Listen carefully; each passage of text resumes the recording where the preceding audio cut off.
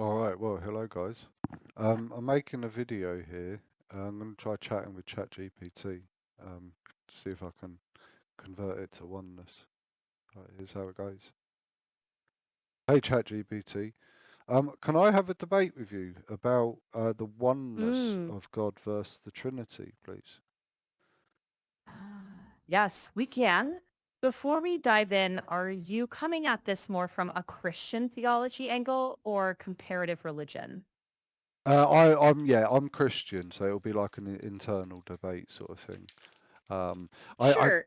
I'm going to Go argue on.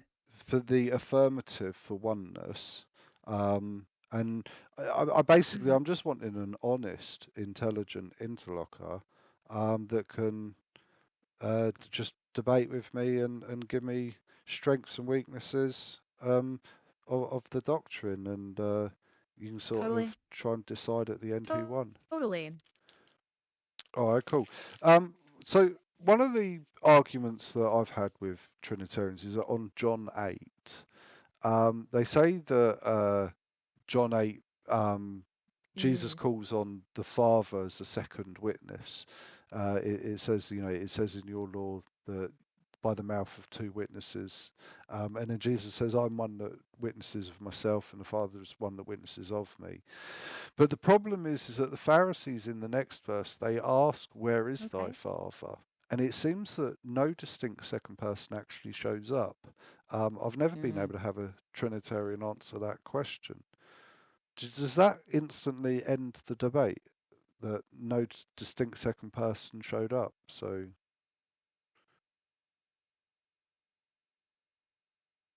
Mm.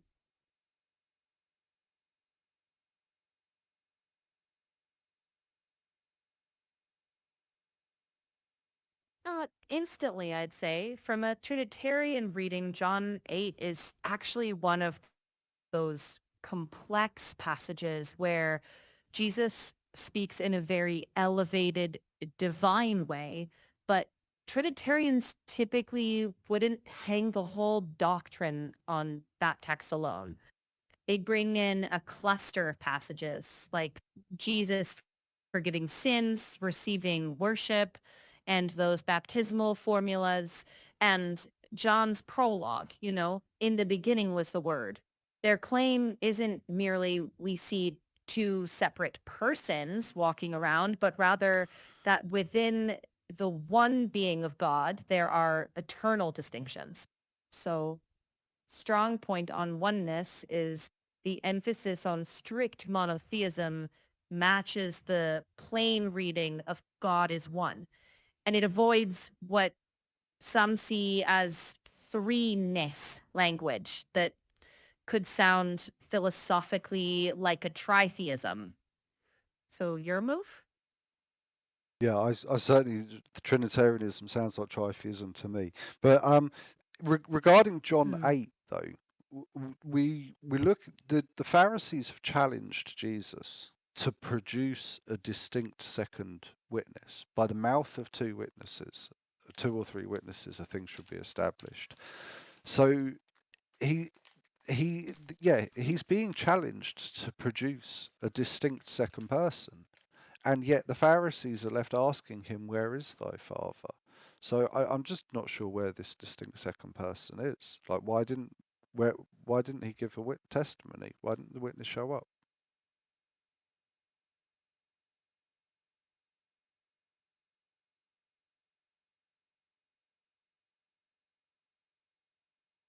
Let me just check the text here for a second. Oh, that's actually a pretty sharp point. I don't think a Trinitarian can just wave that away.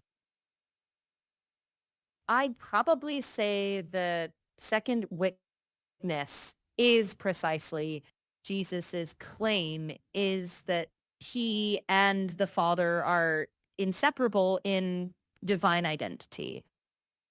So the witness isn't a second human figure, but the Father's testimony through signs, scripture, and ultimately through the Son himself.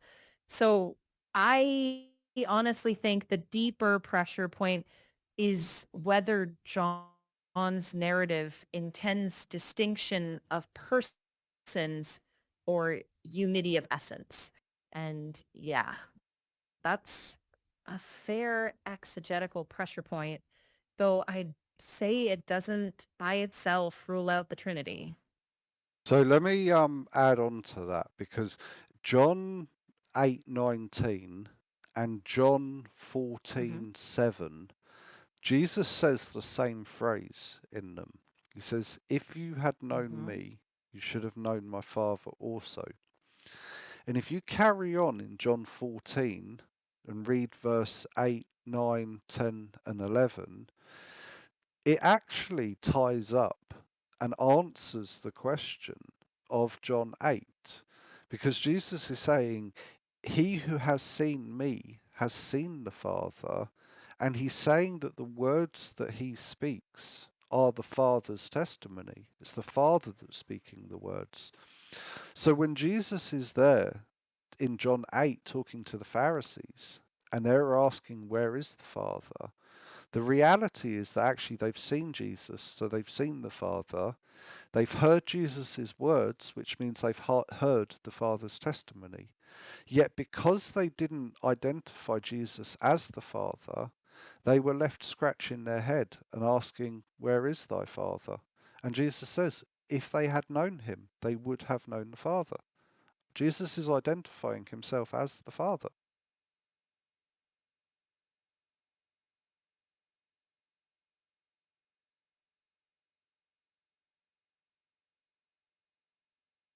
Would you like to go ahead? Yep.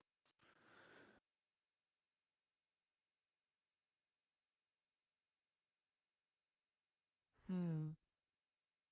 That's a well-developed argument. And yeah, if I were Trinitarian, I would probably say John 14 can be read differently. Like when Jesus says, whoever has seen me has seen the Father, Trinitarians often read that as perfect revelation, not identity of person. So they'd appeal to other Johannine texts like John 1, 1 and 2, John 17, John 20:17 to argue a relational I you distinction rather than same person in Yep. two roles. Wouldn't So that just be like trying to shift the I'd say goalpost though? you've raised a substantial, mm, not exactly, I'd call it more a request for further exegesis. So does John use seeing the Father? Like, does that mean identity or perfect representation? Trinitarians will say the surrounding verses push towards representation, the Son in the Father, not the Son is the Father. So So why didn't the your Son just represent strongest, himself? If the Son is a distinct person and he's the one that incarnated, then he could just represent himself, didn't he? And the Father could incarnate and represent himself. Why would the Son represent the Father if the Son is not the Father?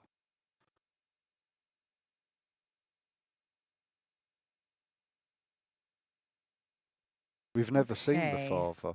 I, I think that's a good question. Right. Trinitarians would say the Son isn't merely representing the Father, but revealing the Father because they share the same divine nature. But your follow-up pushes hard. If the Son is a distinct divine person, why answer show us the Father with look at me? Trinitarians will root that in John's theme of the Son uniquely making the invisible God known. But yeah, I hear that force of your question. It's not trivial, and it's one of those hinge points both sides have to wrestle with. Yeah. Yeah, I think I've decided what side I'm on. Um, but there's more as well to the scriptures. Um, sorry, my computer just froze there. Mm-hmm. Right. So let's have a look at Oh, where should we go with? Let's go with Isaiah 55:11 and John 1:1 and Genesis 1:3. Because we've got God creating by his speech, where he says, "In let there be light," and there was light. And we've got the word that comes out of God's mouth, and it mm, achieves its task in the world and doesn't return to the Father void. And in John, we've got the word is with God, his speech is with him, and the word is then incarnate, it's manifest, and it we know that Jesus he does the will of the Father, he achieves the task, and he returns, and he doesn't return to the Father void. And this is when we put it all together, it's the Father revealing himself by his speech and creating by his speech. And Jesus is the revelation of God being his speech manifest in the flesh, achieving the will of the person, the Father.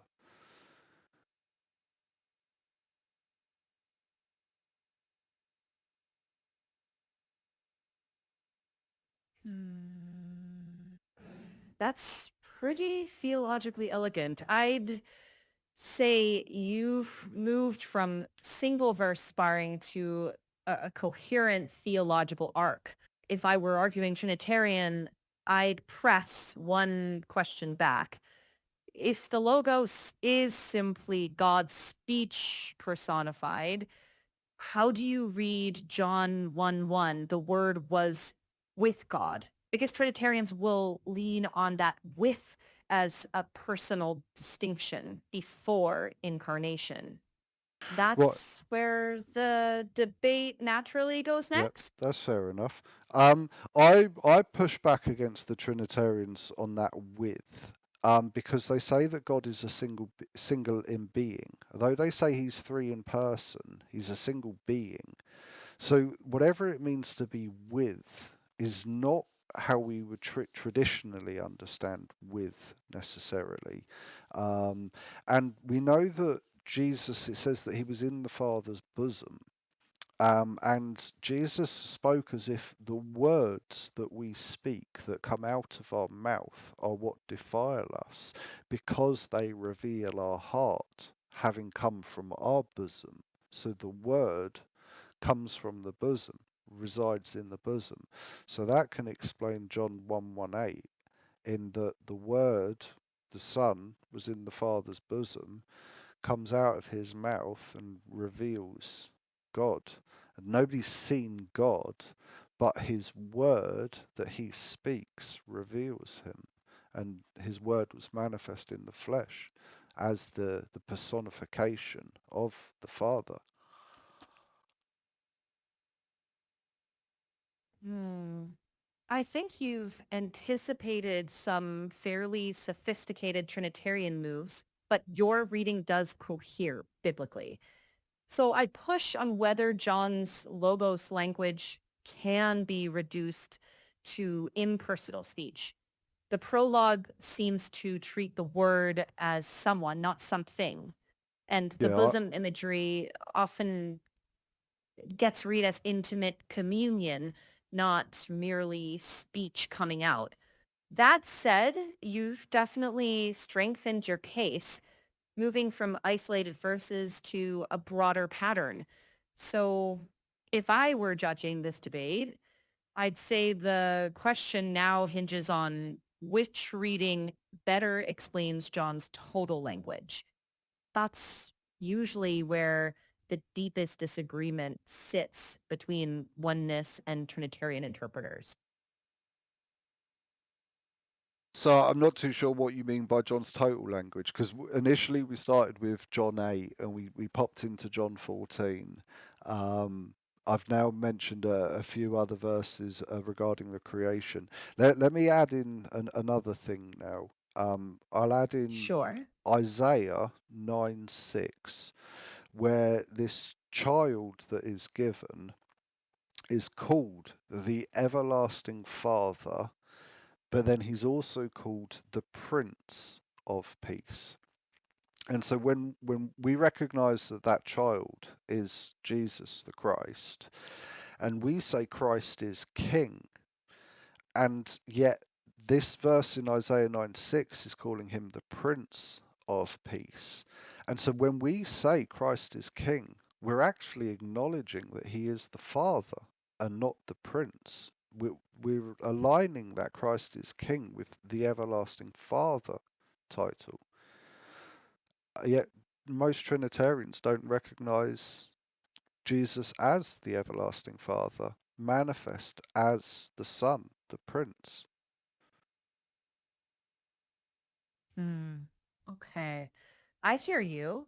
You're building a consistent model of Jesus as the self-revelation of the Father in flesh. Isaiah 9:6 is a very strong text for oneness readings, for sure. But Trinitarians will usually respond in two ways.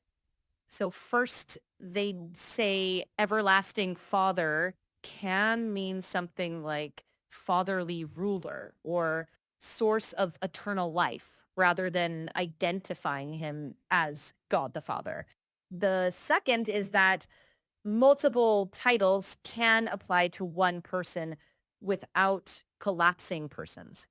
So yeah, I think the real debate point is which framework, oneness or Trinitarian, explains the greatest number of texts consistently.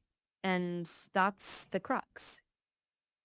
Because yeah, I mean connecting Isaiah 9:6 now with where we started, John 14, with Jesus saying, he who has seen me has seen the Father. If you had known me, you would have known the Father. And Isaiah's prophecy saying that this child is the everlasting Father. We know that God created by speech when he said, "Let there be light." And it only requires one person to speak. So um, the Bible seems to me to be consistently pointing to this idea that Jesus is the image of the Father's person, which I think they even says that in Hebrews 1:3. He's the exact image of the Father's person.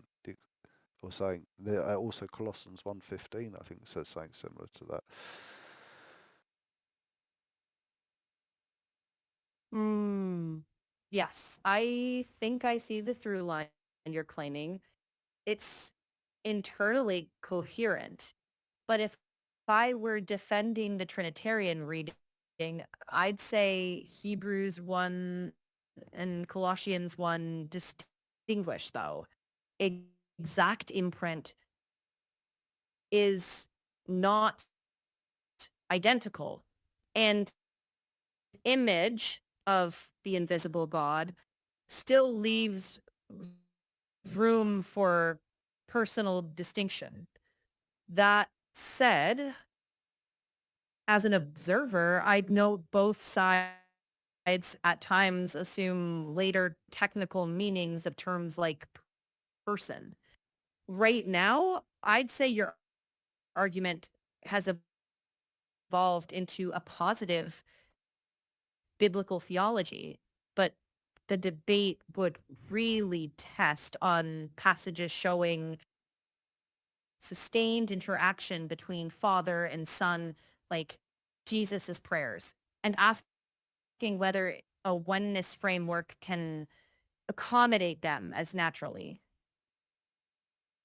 So yeah, Jesus or God, in his incarnation, he incarnated as a man and he led by example. And praying to God is something that he exemplified. I don't necessarily, well, in Jesus's flesh as well, he will have been weak in his flesh. and he will have been calling upon that spirit to be strengthened. And we know that the spirit quickeneth the flesh, and so Jesus, in his humanity, he still needed to call upon that divine essence and quote unquote pray to the Father. And so he did that for his own strength in his own flesh, and also as an example, because he came to be an example for us. Um, yeah, I don't necessarily believe that this necessitates God being three eternal persons. More just that, even in his incarnation, he was dependent upon his original state, that spirit.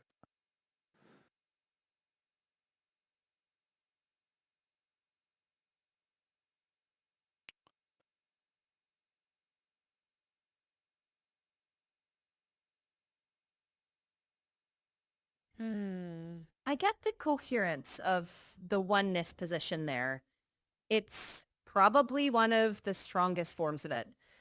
Trinitarians will readily agree Jesus prays as fully human. The dispute is more about to whom is he praying and what that implies about the Father's identity. So Trinitarians would push that language as shared divine glory rather than dependence between two divine persons. But that's where the frameworks collide the hardest, whether those scenes are interpersonal distinction or the human experience of the son relating to the father.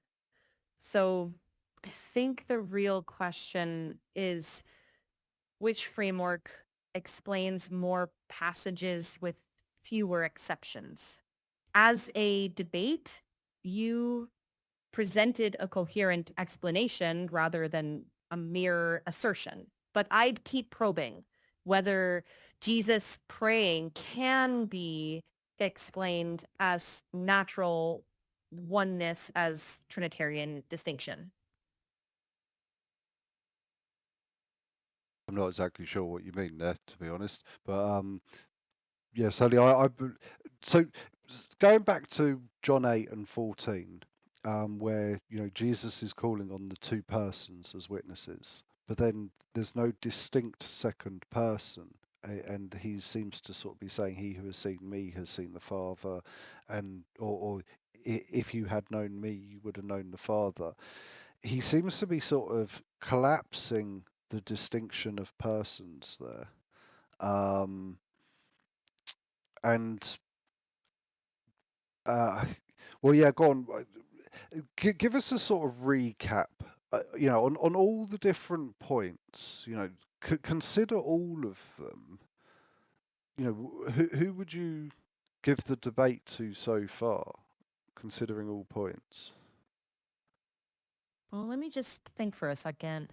I would probably give it to you on point so far, not because the Trinity is disproved, but because you have a unified reading. John 8 raises a sharp question. John 14 strengthens your reading. Isaiah and Genesis give you a coherent proposal. So I would say this is exactly the kind of question Trinitarians still need to explain. So that's where I leave it for now. All right, cool, thank you. I'm just trying to think if there's any other question I wanna give you at the moment. Have you got a question for me? Would you like to ask me a question?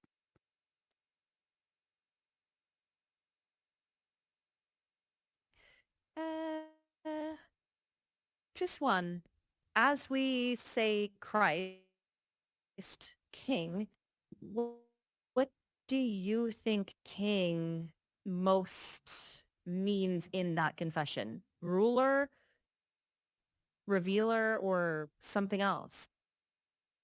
Okay, I actually connect it with Hebrews chapter 7, verses 1 to 3. It's talking about Melchizedek, who is the king of peace. And in Isaiah 9:6, this child is the prince of peace. And so the king of peace, or the father, is Melchizedek.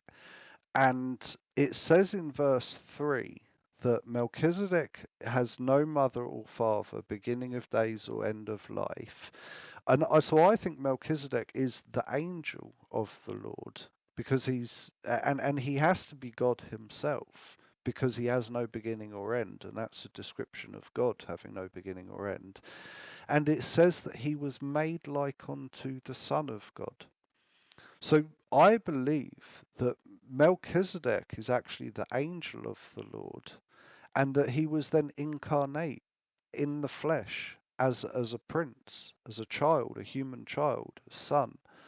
But I believe it's Melchizedek who is the king of peace, the Father, the everlasting Father, a theophany of sorts, and that he went, being from being an angelic theophany to being a human incarnate theophany, and that the child is the king of peace and also the prince of peace because Melchizedek was made like unto a son.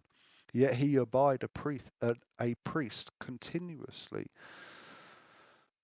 So when I'm saying Christ is king, I think we're actually acknowledging that he's Melchizedek and that Melchizedek was made like unto the Son, which is the Messiah. So it gets quite deep to explain that. I hope you managed to catch it all.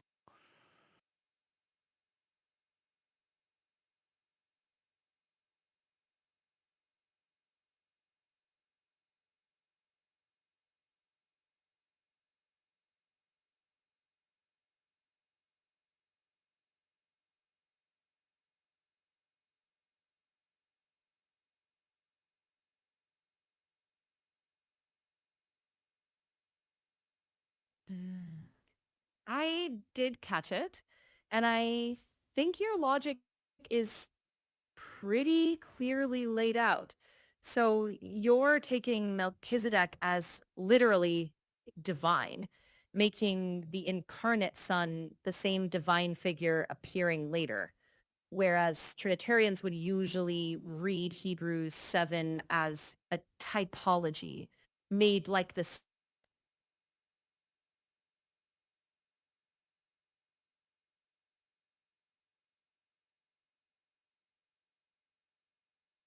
Have I lost you? I don't know what happened there. You broke up.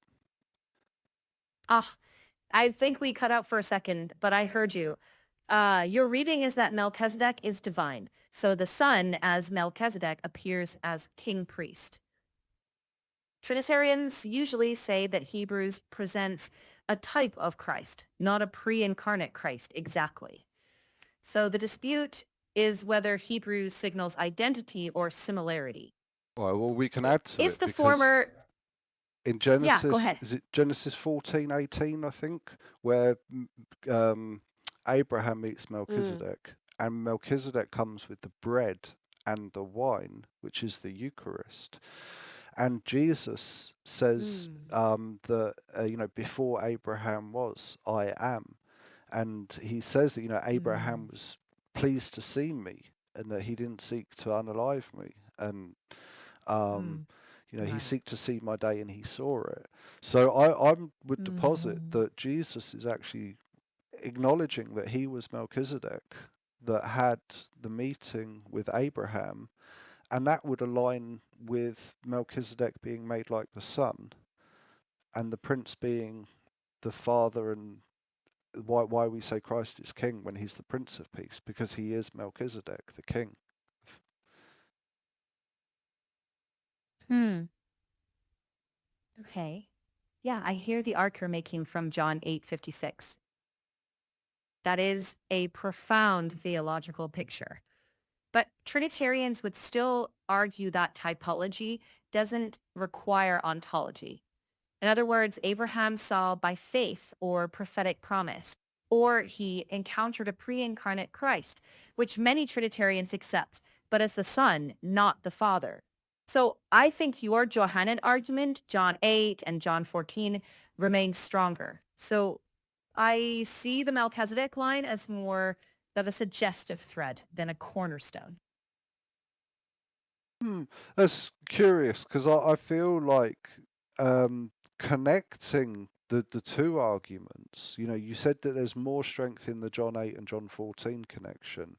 But if we were to then connect both of those with the Melchizedek connection, in that Jesus is potentially identifying himself as Melchizedek and Melchizedek is the king and the father, that would explain why Jesus is saying, "He who has seen me has seen the Father."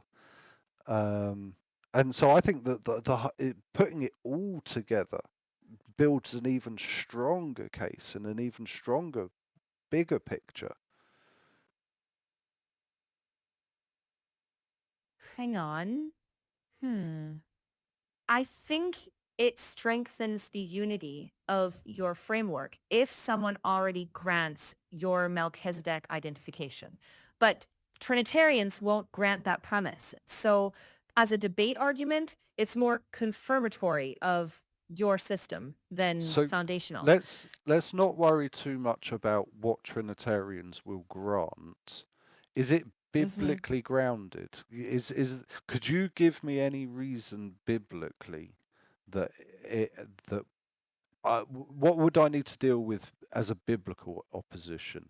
Not, I know that Trinitarians don't accept it, or they'll argue with it, but is there any biblical argument against it? Let me think. Yeah, if we're asking biblically rather than traditional acceptance, I think a few biblical pressure points come up. First is Hebrews 7 itself. The phrase made like the Son of God sort of naturally reads as resemblance, not identity. So that's a verse you'd need to wrestle with. Second, John 17, where Jesus speaks of shared glory with the Father before the world existed. That's one Trinitarian hinge text. Okay, Third, so John 1. one at a time, one at a time. Let's go back to the first one. Remember all your points. We'll get through them all. But yeah, the first one. Um, can you repeat it again, please? Sure. So the first pressure point is Hebrews 7. It says made like the Son of God, which sounds like resemblance, not identity. So you'd need to clarify why the author chose that wording if you mean identity. That's the main biblical snag point right there. So I'll be honest, you've confused me a little bit with sort of the identity and the language that you used there. So m- G, humanity is God's Mm. children.